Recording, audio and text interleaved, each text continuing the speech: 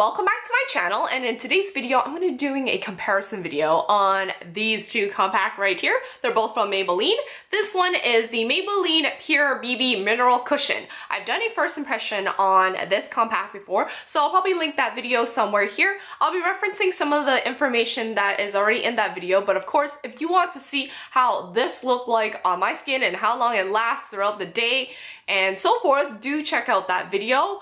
Not a lot has really changed since I've tried it for the first time. I have tried it or used this a few more times because during the winter time I feel this shade actually works a lot better for me because one, this compact is only offered in 2 different shades.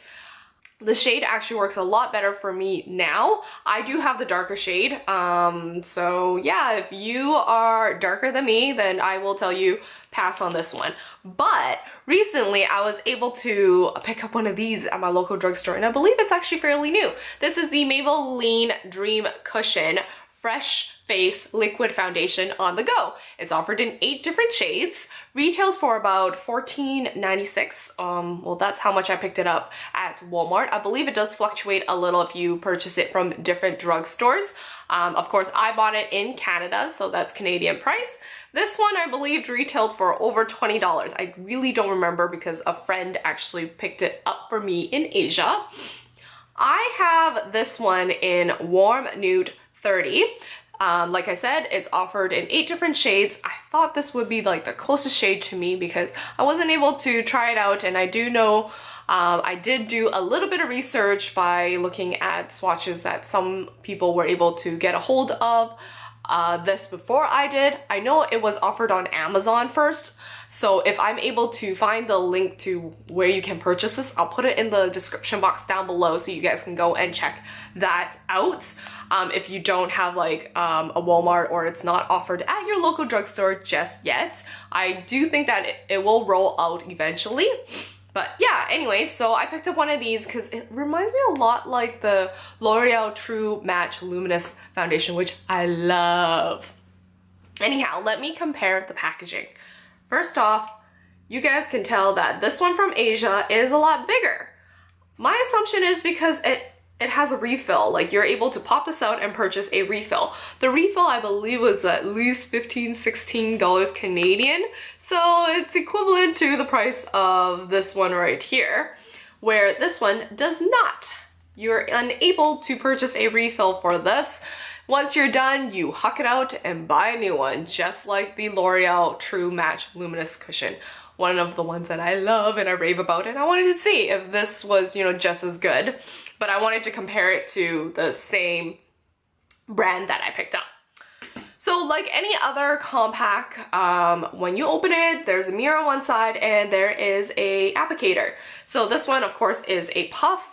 Looks a lot like the L'Oreal one, and I really like the quality of this one versus the one that pretty much came from the Maybelline from Asia. It looked more like a sponge. Sorry that it's really dirty and you guys can't really tell much of the difference, but this one is slightly more different. It's like there's more pores on this one and this one's more smooth. This one feels like it has a better quality than this one to me. And when, of course, you open it up, this one is the Maybelline Dream Cushion. You know, this is where the product is, and I realized you only need about 1 puff worth of it and you can cover your whole face. Versus the one from Asia, I feel like I needed 2 puffs in order to cover up my full face. Another difference I found was that this one right here carries a bit more product. This one is 14.9 grams, and this one, from what I understand, it's only about 14 grams worth of product. So this one is a little bit more saturated, but you know, when you open it, it pretty much looks the same, right? I have tested this one out pretty much a full day wearing it, and with setting powder or without. Realized with setting powder, it just allowed, I guess, my foundation to stay on my face a little bit longer and my T-zone area to not oil up as fast. It still oiled up because I think for 2 days straight I had this one on for more than 12 hours. I know it's so bad for my skin, but I had a full day worth of things to do, and I pretty much set my face and, you know, left the door kind of thing. So I really needed something that pretty much stayed on my face as long as I can. It is buildable. I don't know if you guys can see, captured from this camera, is that I have a zit right here. I did try building it twice, and yeah, it's still peeping through, but I realized, because today I didn't do this, but when I use a brush to apply it on instead of the puff, it does cover it up.